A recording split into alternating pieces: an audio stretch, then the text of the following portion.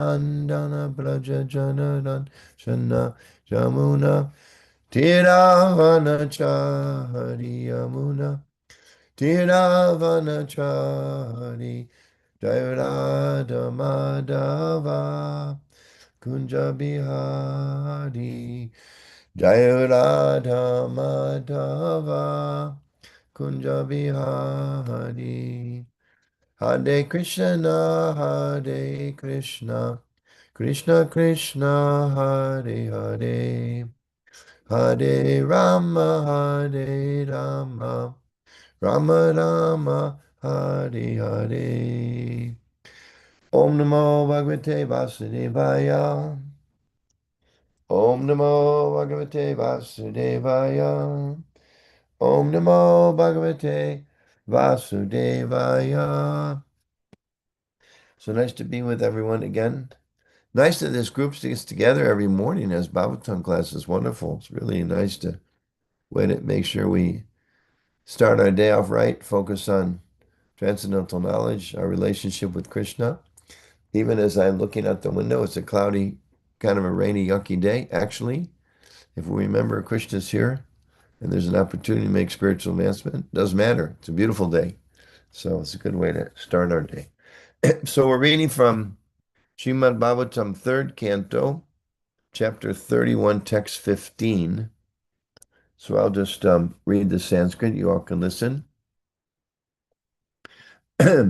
Yan maya yoru gunakama nibanta neshvin samsarike patitaram stada bishramena nashtasmiti punarayam pravrinita lokam yukta kayama haranugraham antarena. Translation.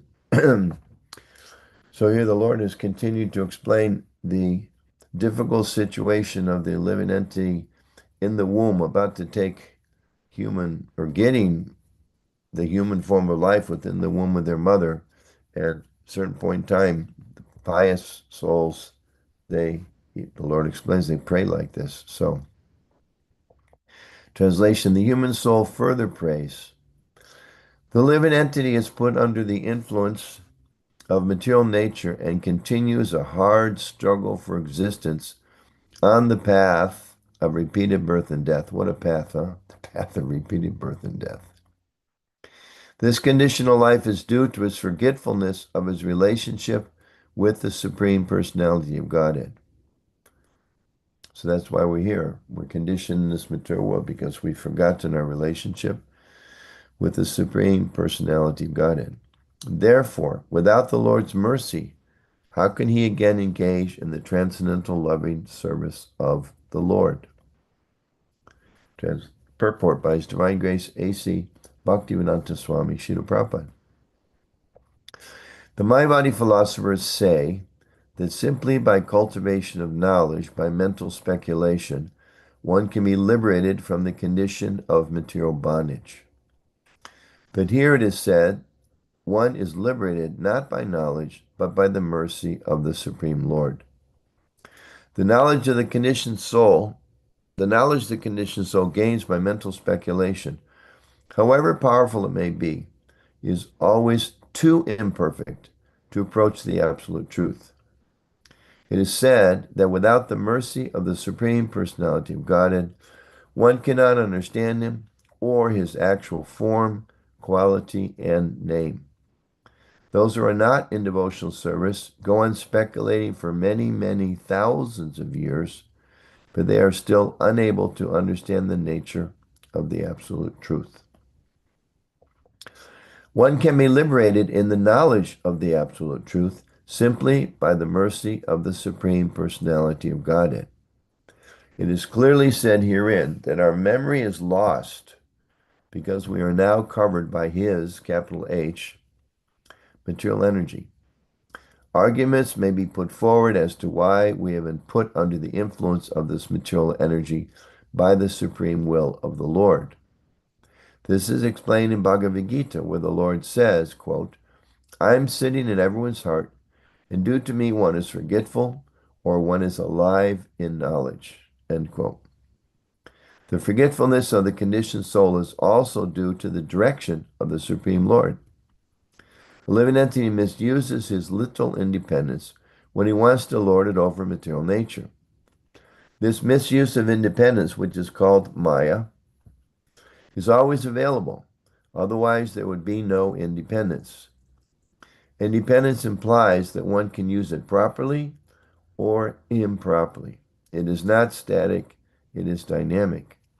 Therefore, misuse of independence is the cause of being influenced by Maya. Misuse of our independence is the cause of being influenced by Maya. So if we don't want to be influenced by Maya, we have to use our independence properly. Maya is so strong, Prabhu says, Maya is so strong that the Lord says it is very difficult to surmount her influence. But one can do so very easily, quote, if he surrenders unto me, end quote. Mam eva ye prapadyante. Anyone who surrenders unto him, capital H, can overcome the influence of the stringent laws of material nature. It is clearly said here that a living entity is put under the influence of Maya by his, again, capital H, will, Krishna's will. And if anyone wants to get out of this entanglement, this can be made possible simply by his mercy. So just to clarify, Krishna puts us in the material energy. He directs us to go into the material energy because we desire. We want to lord our own material world, so he puts us here. So it's by our desire, his potency. The activities of the conditioned souls under the influence of material nature are explained here. Every conditioned soul is engaged in different types of work under the influence of material nature. We can see in the material world that the conditioned soul acts so powerfully that he is playing wonderfully in creating the so-called advancements of material civilization for sense gratification. Prabhupada is saying we give credit. People are creating amazing things, airplanes and spaceships and so much technology and smartphones and so many things.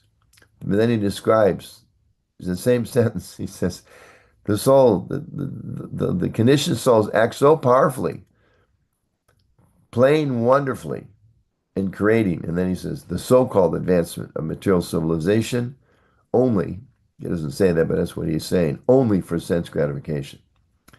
But actually his position, small h, the soul, is to know that he is an eternal servant of the Supreme Lord. When he's actually in perfect knowledge, he knows that the Lord is the supreme worshipful object and that the living entity is his eternal servant. Without this knowledge, he, the living entity, small h, engages in material activities. That is called ignorance. Namo Om Vishnu Paraya Krishna Prasthaya Bhutale Srimate Bhaktivedanta Swaminiti Namane Namaste Saraswati Deve Gauravani Bicharane Nirvasesha Shunyavadi Pashtatari Sitarane Jai Shri Krishna Chaitanya Prabhu Nityananda Shri Advaita Gadadhar Shivasani Gaura Bhaktivedanta Hare Krishna Krishna Krishna Hare Hare Hare Ram Ram Ram Hare Hare. And Vanchakalpatarubhyascha Kripa Sindhubhya Patitanam Pavanebhyo Vaishnavyo Namo Namaha. So if anybody's actually sitting in one place listening, please turn on your camera. Otherwise, Vamshi Dari and myself, we're happy to be the only ones that are moving. If we know in the background you're all engaged in various activities like driving to work or cooking breakfast or offering your deities boga or whatever you're doing, it's fine. But if you're available to pop on your screen, please do. So this is Aibo Manjari Leela Devi Dasi. Thank you for joining us. And others as well. Chintamani has become live. She was previously just a name on a screen, but now she's a fully manifest conditioned soul. Devamurti, Ganga Narayan. Ganga Narayan's out getting his 5,000 steps in this morning. So that's good. Keep our bodies fit and trim for Krishna's service. So thank you, everybody. Nice to see you. So just a couple thoughts here. This is certainly one of the essential principles of Vaishnavism that's being described here. How we're put under the influence of material nature. We continue with a hard struggle for existence. For what? Just the path of repeated birth and death. Why? Because of our forgetfulness of our relationship with Krishna. And the only way to get out is by the Lord's mercy. So we understand that in our Vaishnava philosophy, again, it's a core foundational principle, and we should know what those core foundational principles are. We may not know the details so much, and we're learning more details, but the core principle that's being explained here is that Krishna, God, He's the deliverer. A few years ago, the GBC actually made an official statement clarifying this, that Krishna is the deliverer, and thought it wise to kind of unpack this a little bit and explain that Krishna, he is the deliverer, and he acts through his different, I think the word that was used is agencies or agents. The founder Charya, certainly Prabhupada is, we're reading from Prabhupada. Our awareness of Krishna is being evoked by hearing from him. Our desire to serve Krishna and surrender to Krishna is being inspired by him. So Krishna acts through our founder Char. He acts through the initiating guru. He acts through, or he used as the Siksha guru. We all know that the holy name is there. Why do we spend, an hour and a half, 2 hours a day chanting? Because the mantra is the means of purifying our hearts. So the deity, prasadam, Vaishnava association, going on pilgrimage, so many different ways that we evoke our Krishna consciousness in different ways that Krishna works on us through his different agencies and his different potencies and the different manifestations of his mercy. So he's our deliverer. He's the one we take shelter of. And not as Prabhupada's pointed out here, it was quoted in the verse, and Prabhupada expands a little bit in his purport, that we should understand it's not by our own intellectual power or mental power or physical power that we can get out of whatever difficulties are there in the material world. Of course, we know it's not that we just sit, just like Krishna explained to Arjuna, the whole Bhagavad Gita, and ultimately said, you should surrender to me. And then he said, okay, decide what you want to do. And what he basically been instructed to do is now you have to go act for me.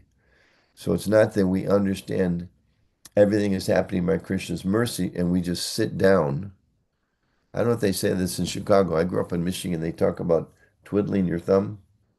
It's like when you don't do anything, you just sit in one place and twiddle your thumb. I don't know where the word twiddle comes from, but anyway, that's not what we do in Krishna consciousness. I like the expression, I'm not sure where it comes from, that we should act as if everything depends upon us, but we should know and we should pray as if understanding the truth that everything depends upon Krishna, which is, I think, a subtle thing that as we progress in Krishna consciousness, we get more insights on that. I can't say I have complete realization of that, but it makes a lot of sense. And we do have some experience of that, that sometimes we all have a lot of experience of that. You work very, very hard, and sometimes there's no results. And sometimes you work very, very hard, or sometimes you don't work very hard, and there's fantastic results. And sometimes you work very, very hard, and it looks at the last second, it's not going to be successful. And by Krishna's mercy, everything works out. And we just realize, if we're honest and a little humble, realize, I didn't do that. That was Krishna. I remember the first year when we had Rath Yatra carts in Denver. I was the president for some time. And we built these beautiful Rath Yatra carts, devotee named Bhakti, can't remember now, Bhakti Joe, Bhakti John. Anyway, in one of the driveways of the house, one of the houses, he created this beautiful Rath Yatra cart. And the day before Rath Yatra, which was in downtown Denver, we realized we hadn't planned how to get the cart downtown. We hadn't thought about it. So we went out and like measured how high it is to the street lights, how high it is to the bridges and all of that. And we realized that we're never going to make it down the street, the main street with the street lights. We didn't have everything figured out, and that's not going to work. So we thought we'll take one of the side streets, but one of the bridges was right about the same height as the pole. And there was no way, this wasn't like you couldn't take the pole down. That didn't work either. So the devotee that had made the carts, he climbed up the pole the day before, and there was about 2.5 inches between where the rope went up and the end of the pole. So he could cut that off. There was an extra 2.5 inches to make it 2.5 inches shorter. So at literally 3 o'clock in the morning, in the dark, we're pulling this cart behind some truck or something that we had, knowing that there was one bridge that was like it's a shape like an oval, and in the very center was the highest point, and it was going to be very close. So we were pulling the Rath cart, and it was literally like, okay, pull up slow, slow, slow, slow, slow, slow, like 10 feet. Okay, we look like we're okay. 5 feet from the bridge. Okay, go a little bit to the left. Four. And I was standing on the top on some step ladder or something, ladder, not a step ladder. And literally we cleared it by about an inch, And I was thinking if they designed this thing poorly and it's an inch lower in the middle, we're finished. We're going to be stuck on a three-way road of traffic that goes one way downtown, and then the rush hour is going to start in 2 hours. We're like in big, big trouble. But by Krishna's mercy, so we did this whole thing. We built the cart, they planned the cart, everything without thinking about how to get it down there. So for me, that was one instance of, okay, Krishna's there. I know he's there because this was some special mercy. No other people, of course, may have different explanations. Well, it was just chance. But we all have had experiences like that where we feel, nope, I know in my heart Krishna was there. He was protecting me at that moment. So that's being explained in this verse today, understanding about the presence of the Supreme Lord and how by his mercy we actually are delivered from this material world. It is not by our effort, it's by his kindness. And the example is given so many places in the Shastra to help get it through our rather unsubmissive bullheadedness. Described many ways. The world's described as like a forest fire. Other places, Prabhupada elaborates on this a lot. The world it's an ocean. And he uses this expression. He says, it doesn't matter how expert a swimmer you are, if you're dropped off in the middle of the ocean, you're not going to get out. You need help to get out. You can be an expert, you can be an Olympic swimmer, you can be the best swimmer in the history of the human race. You're not going to get out of the ocean. You need help to get out of the ocean. So in the same way, this world is described, material energy is described like an ocean that we've fallen into. So therefore, it's described that Maya is too strong. And as Prabhupada comments at the end here, if we don't know our position in relationship with Krishna, we engage in material activities, and that's called ignorance. So the same way that we are ignorant and we're thinking material experiences or material opulences in and of themselves can satisfy us and make us happy.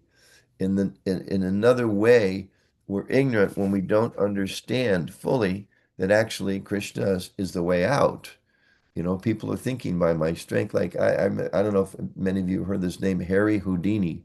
He was a very, very famous escape artist, I think in the 1930s or 40s or sometime around then.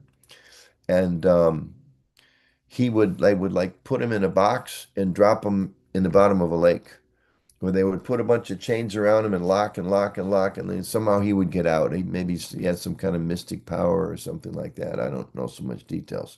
But it was like a big showman. It was like a magician that actually had some powers.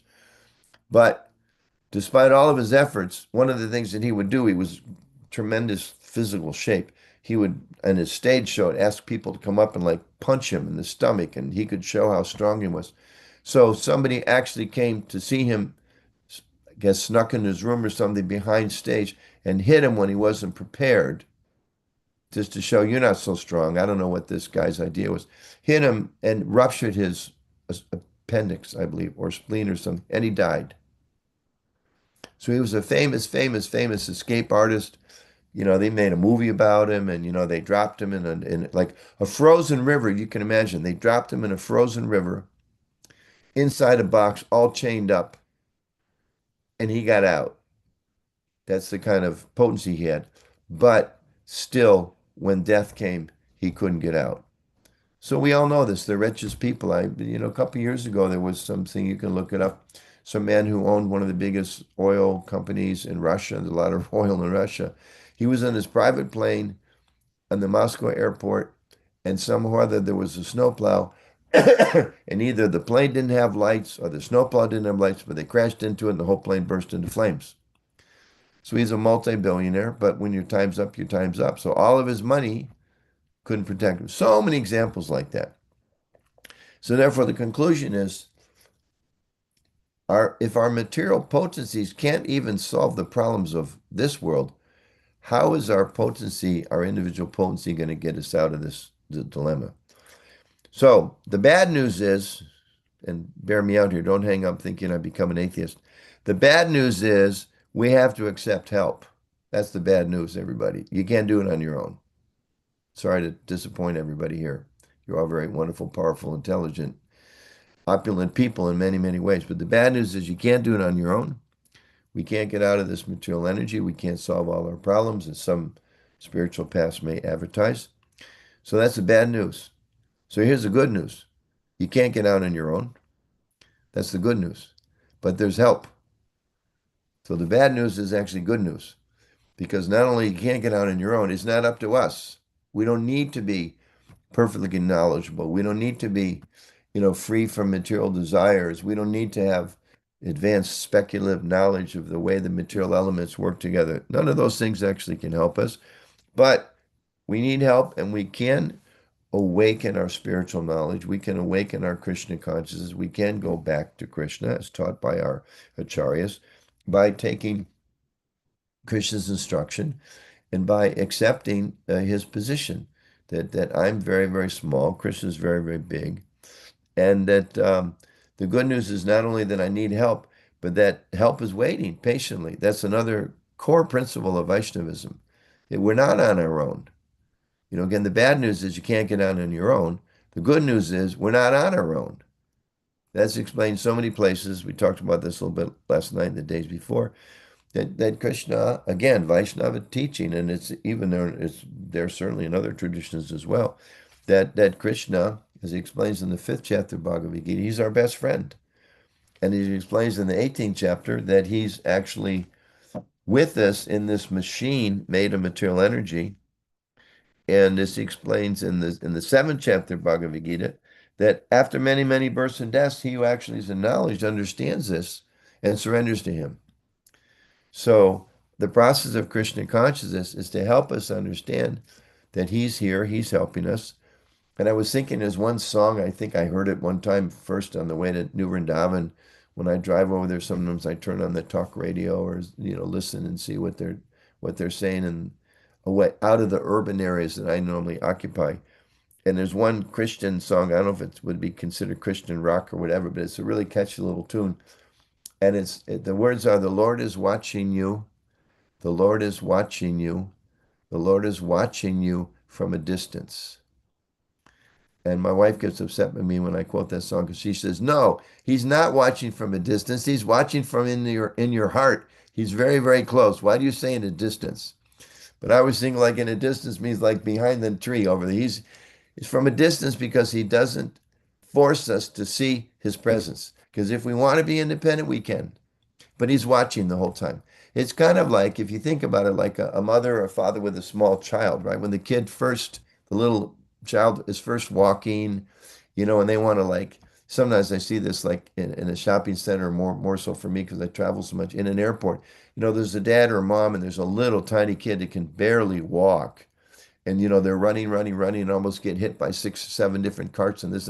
The parent is right there, completely watching them, completely focused on their well-being. And in any second, when danger gets too close, they pick up the child and make sure they're safe. The child's thinking, "Hey, I'm just all here on my own. I'm having fun," but the parent's watching at any second, ready to jump in and protect them. So in the same way, that's our understanding of Krishna. It's explained in the Upanishads. I mentioned last night, we've all heard we're on this tree of material world trying to enjoy the fruits, but the Lord is there. Paramatma is there within our hearts. Bhagavad Gita, again, Krishna says he's on this machine, the material energy with us, watching us. So that's his mercy. Again, core principle of our Vaishnava philosophy, that we need his mercy and that this life is actually meant to for the process of a few different things. And Prabhupada writes in the third chapter of Bhagavad Gita, the whole universe is created to allow the living entities to try to fulfill the material desires. And when we realize, I've had some success, I've had some failures, but even when I get the things I think I want, they're insufficient. So is there something else? And then when one begins to understand that and calls out, dear God, dear Krishna, is there anything else? That then we actually learn the process of reconnecting with him. Those are the two purposes of this whole world, to satisfy, to give the living entities a chance to satisfy themselves through material experience. And when we realize it doesn't work, that we can again connect with Krishna. So I'll just end with this. I just was looking through this one verse I mentioned, 7:19. Krishna says, after many births and deaths, he was actually knowledge, because Prabhupada's talking about knowledge is not just speculative knowledge, but knowledge of Krishna. He was actually in knowledge, surrenders unto me, Krishna says, knowing me to be the cause of all causes and all that is, such a great soul is very rare. And just a couple lines from the purport.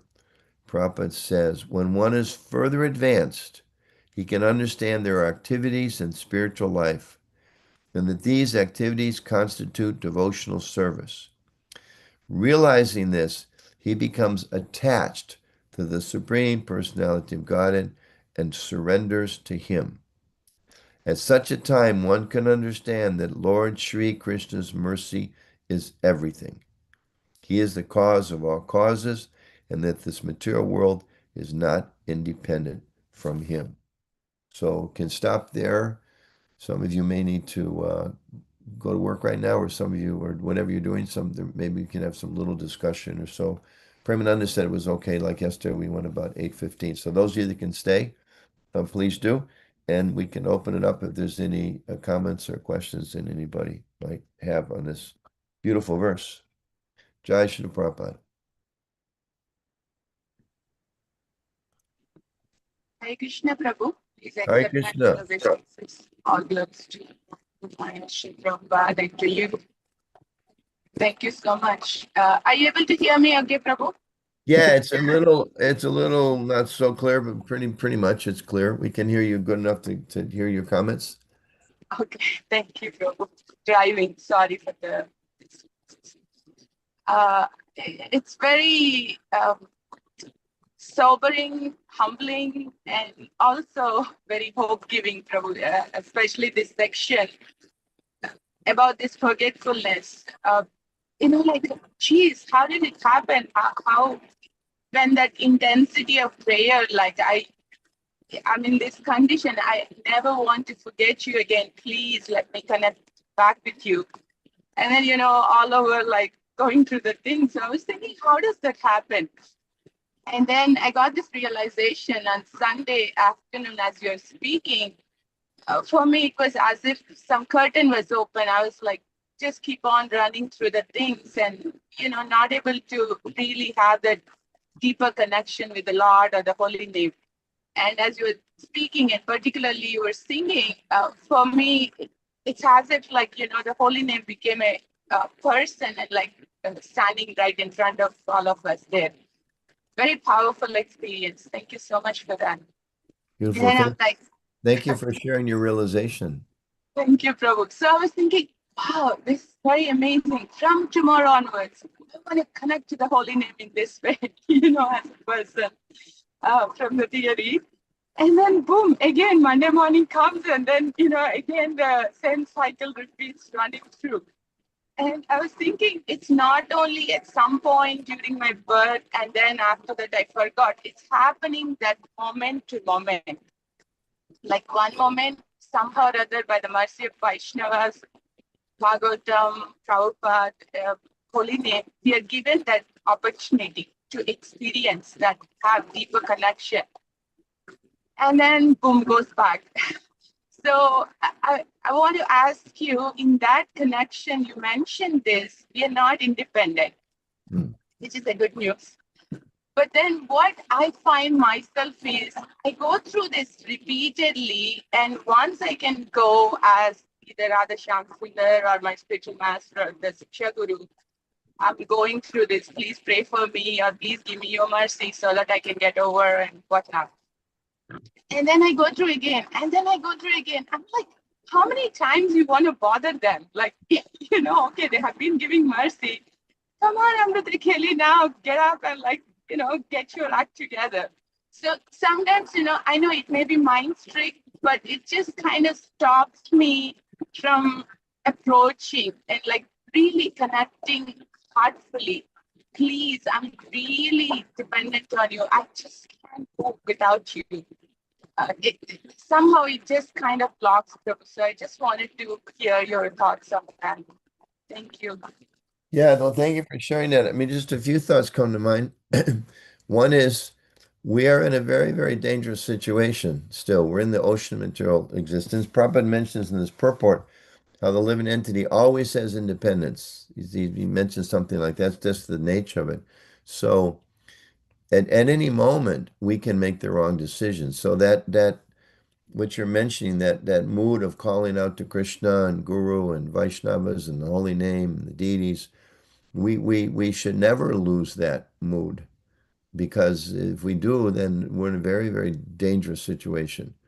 You know, we have the example of Bharat Maharaj described he was such an exalted devotee, such a high level of God realization. He hadn't quite attained prema yet. Otherwise, but, you know, he gave up his kingdom, he gave up his, described his beautiful wife and all of his opulence and went to the forest.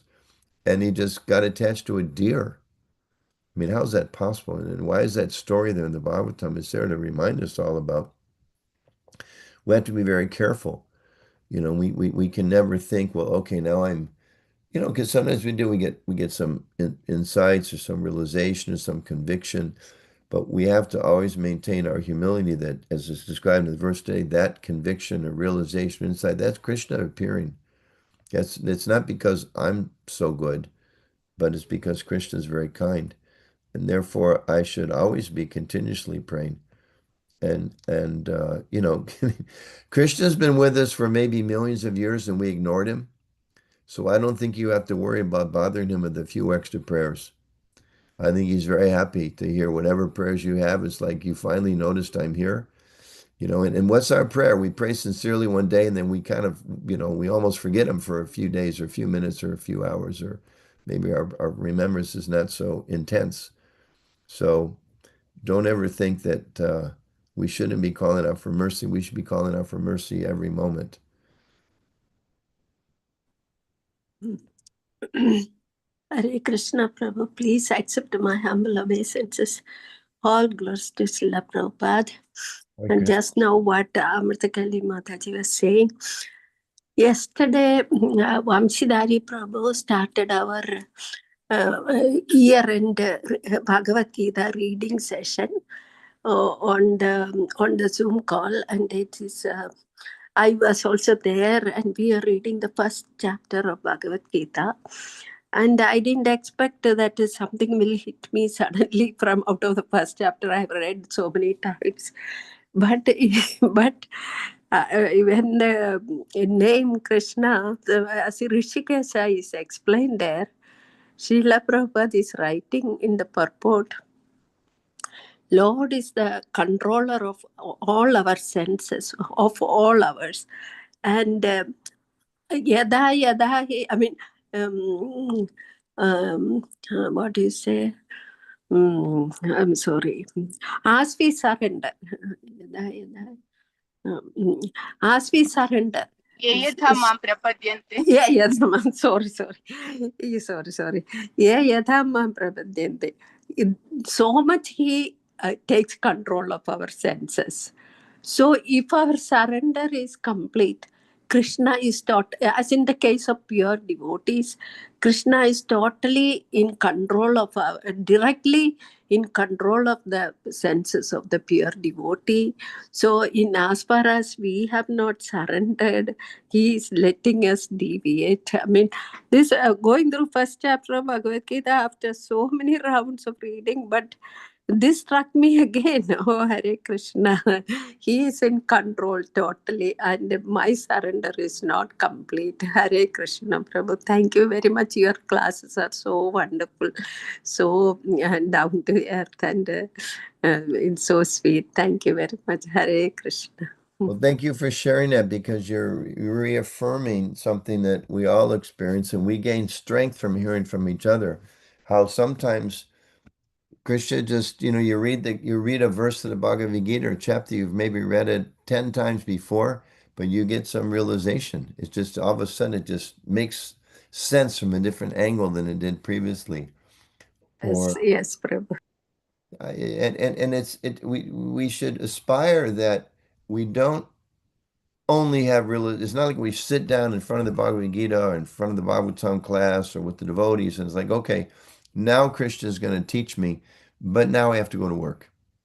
It's like now I'm in the material energy. Now I'm fighting traffic. Krishna's not here. It's just me and all these materialistic people going to work, right? No, it's not like that. Krishna's there too. Those are all conditioned souls. They've forgotten Krishna. They're bewildered to one extent or the other by the different material desires. But the Lord's there, and we can get realizations from everything. Everything in this world is actually can help us forget Krishna or help us remember Krishna. That's why there's a couple sections in the Gita talks about, I'm the light of the sun, I'm the taste of water. So many ways to help us remember Krishna. I'm looking out the window here, and the sun is kind of, as they say, trying to come through the clouds. Of course, we know the sun's way, way beyond the clouds, but the sunlight, it's coming from Krishna. It's the mercy of Krishna. So I know one time it just reminds me, I was, again, going through some airport, and I was seeing some mother with her child, and I was just remembering how, you see there's such intense affection between, often, generally between mothers and their children, in this case, so much so. And I was remembering this described by our acharyas that the love between Krishna and the soul and Krishna, the closest thing to that in this world is the love between the mother and the child. So it was, seeing this mother and child made me think of Krishna and helped me remember, oh, he loves me. So does he love me as much as this woman loves her child? Wow, he really loves me. That's intense. I mean, that wow, but it just feels good, to know that Krishna has that much love and so much more. And maybe unless there's another question, I can end with one story that comes to my mind. I've told a lot that just really impacted me. There was one woman, sad story, but profound. There was a woman devotee. I attended a seminar. She had, from Archana City, had borrowed the name from a well-known book, Why Bad Things Happen to Good People, in New Vrindavan at the Festival of Inspiration years ago. And so this maybe 15, 20 devotees are talking about how we had all experienced some difficulties, some trauma, some pain in our lives, and why those things happen and how in the ultimate sense it can help us reconnect with Krishna. So they kind of went around the room and shared a bunch of times. And at the very last time, it was maybe an hour and a half session, this one woman had mentioned about how her son had died. He and a girlfriend, were walking, he's an older teenager, were walking down a train track, and they could hear and see a train coming from in front of them. So being, kids, teenagers, you're like, okay, well, let's just stay here for a minute until it gets closer, and then we'll jump off. But because the vibration of the train and the noise of the train in front of them, they didn't realize there was another train behind them on the track they were walking on. There were two tracks. So at the very, very last moment, they realized, and the boy pushed the girl off, threw, hard. So her life was saved. He was hit by the train and killed. So we're there talking about how bad things happen to us. I had some disease, or my parent died unexpectedly, or lost my business, or some health crisis. And here's this woman shares this Vaishnavi shares this extremely painful. So the whole room was so much feeling her pain, and there was crying and everywhere. So they went around the room. The last question was, did you learn anything? Did any good come out of your suffering? And people talked about, yeah, I had this terrible accident, but then I realized how my body's temporary. I can't depend upon it. Or I lost my business, and I just realized I didn't really need all that stuff anyway. And we're living quite happily, and I'm I'm I'm more happy in a simpler life than I was before. Different things like that. But it came to her turn, as I remember it. Everybody was kind of holding their breath. What's she going to say? She definitely had the most painful experience in the room. And she told everybody, she said, actually, I don't think that any good came out of my son's death. And I would give anything, including my own life, to have him back and to allow him to, live out his life as I wished that he could.